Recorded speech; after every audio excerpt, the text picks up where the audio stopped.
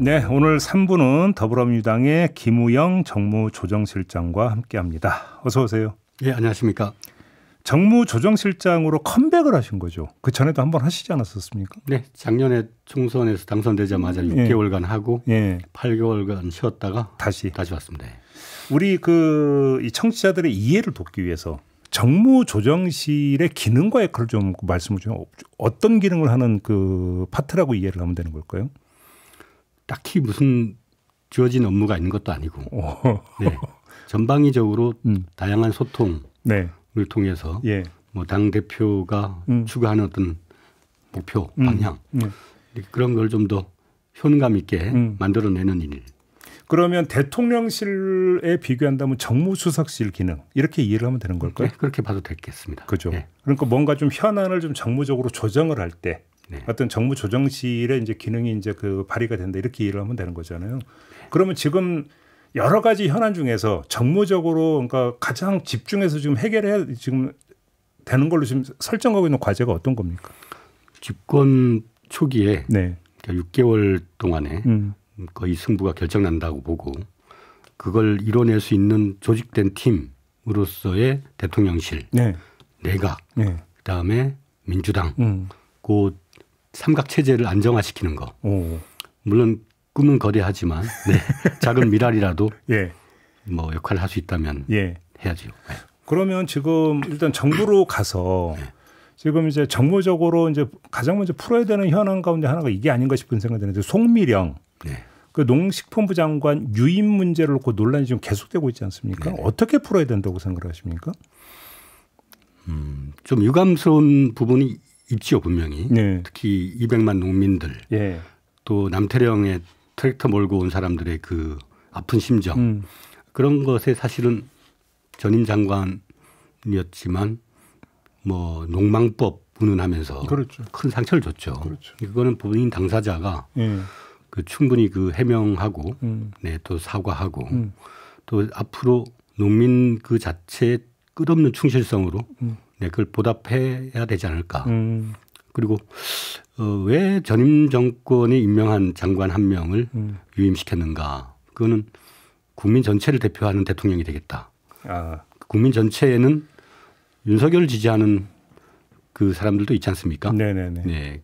그렇기 때문에 정권의 연속성, 행정의 연속성이라는 것과 또 이 정권의 탄생의 어떤 충실성, 나름 대의에 수용하는 그런 부분이 있고 국무위원으로서 그간 국무회의 때 상당히 충실하게 농업 현안에 대해서 발제하고 의견을 냈다. 그렇게 알고 있습니다.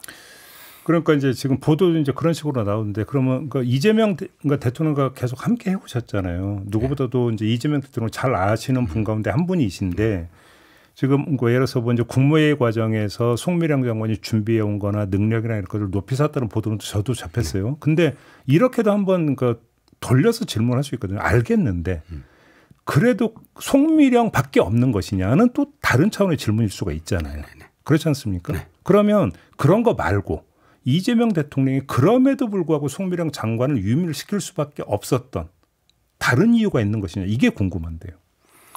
저는 뭐 약간의 그 자신감이 좀 많이 넘쳐 흘렸다라고 해석을 했습니다. 대통령이 어떤 자신감이요?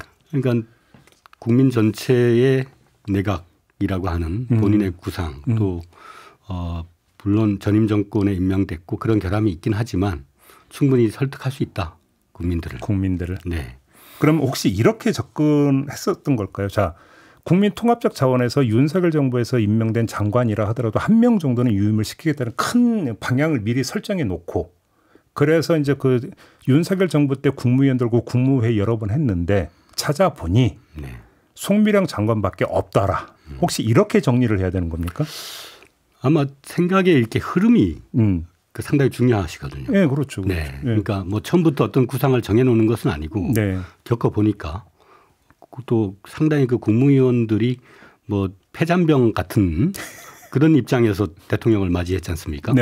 그런 가운데서도 나름의 소신과 어떤 행정의 연속선상에서의 의견을 밝히고 하는 것은 사실 쉬운 일은 아닙니다. 다 대부분 다 자포자기 하니까요. 그런데 사람이 의지가 있어 보이고 저 정도 되면 맞아. 전임 정권 한 명 정도는 이렇게 포용을 해서 설사 적이라 할지라도 네, 그 국가적 이익에 그 충실할 수 있다면 얼마든지 받아 안을 수 있어.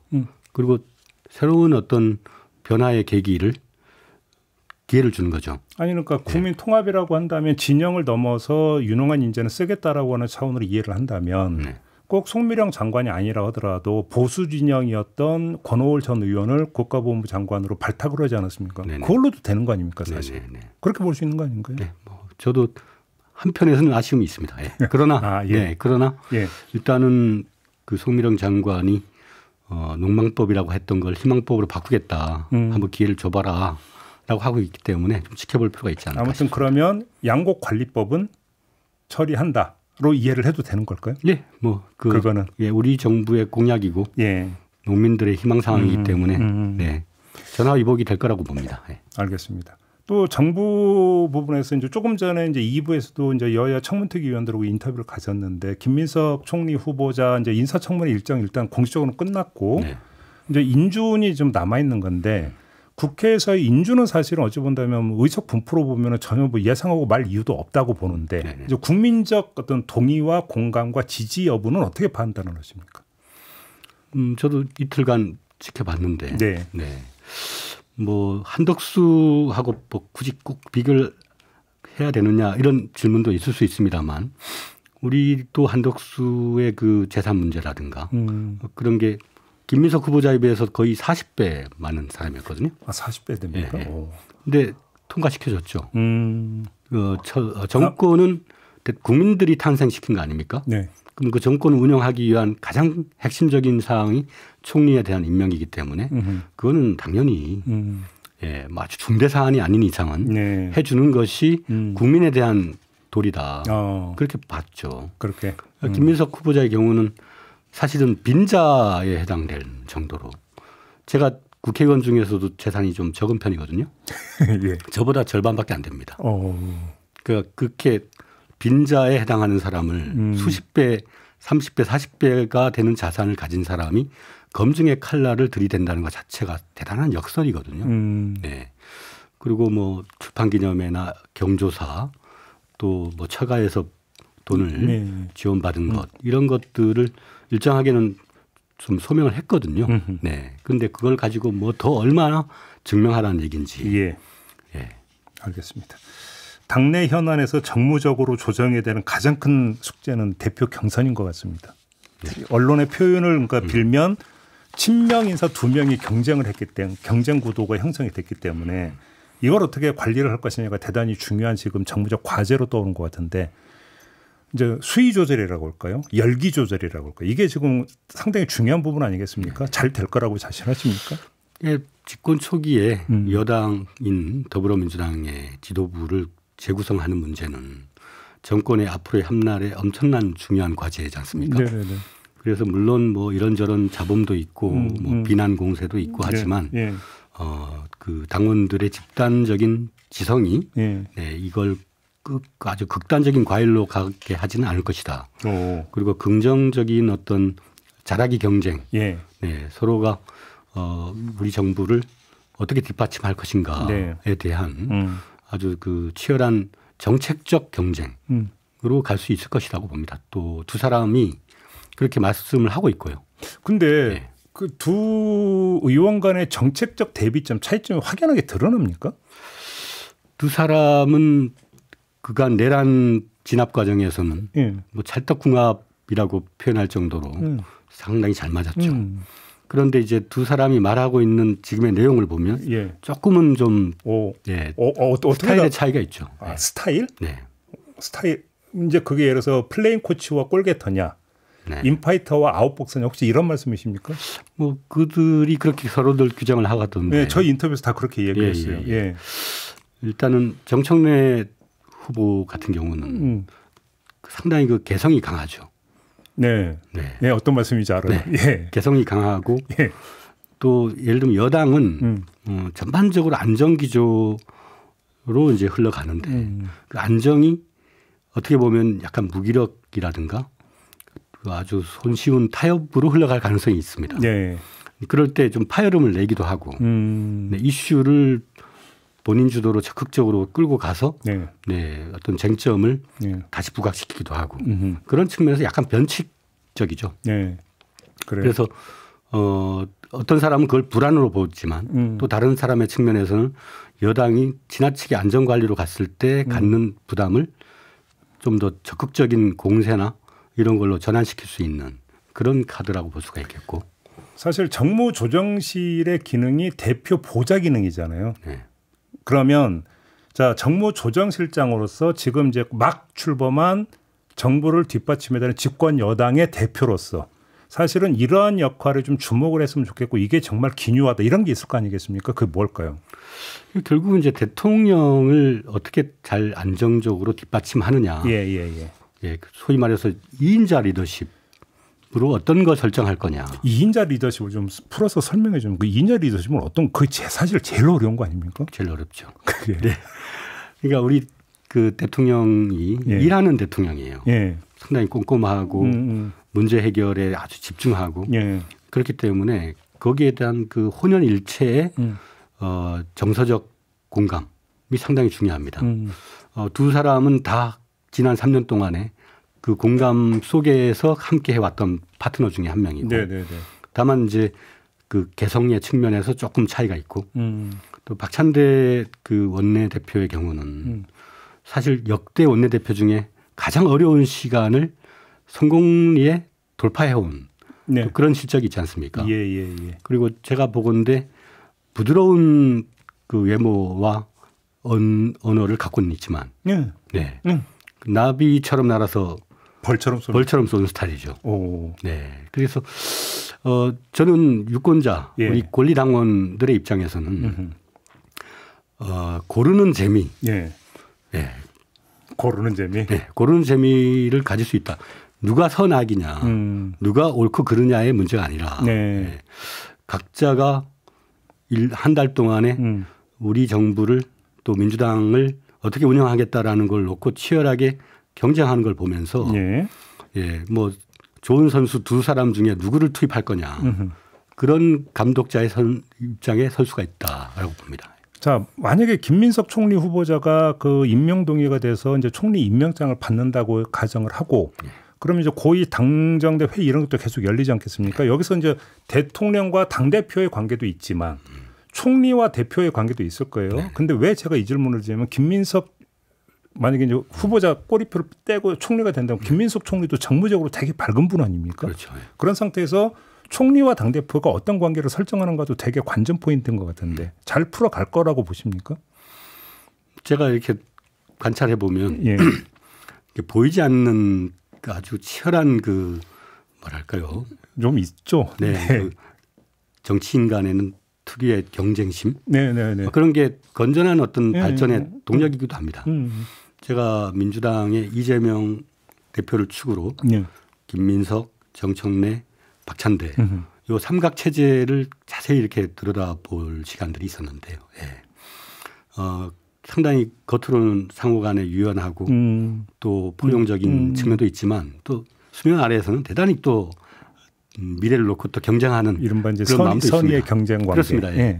원래 정치는 경쟁을 하지 않으면 무기력에 빠집니다. 독선에 빠지기도 하고. 그런 면에서 보면 당대표가 누가 되든 총리하고도 혹시 거기서 2인자 경쟁이 벌어지는 거 아닙니까?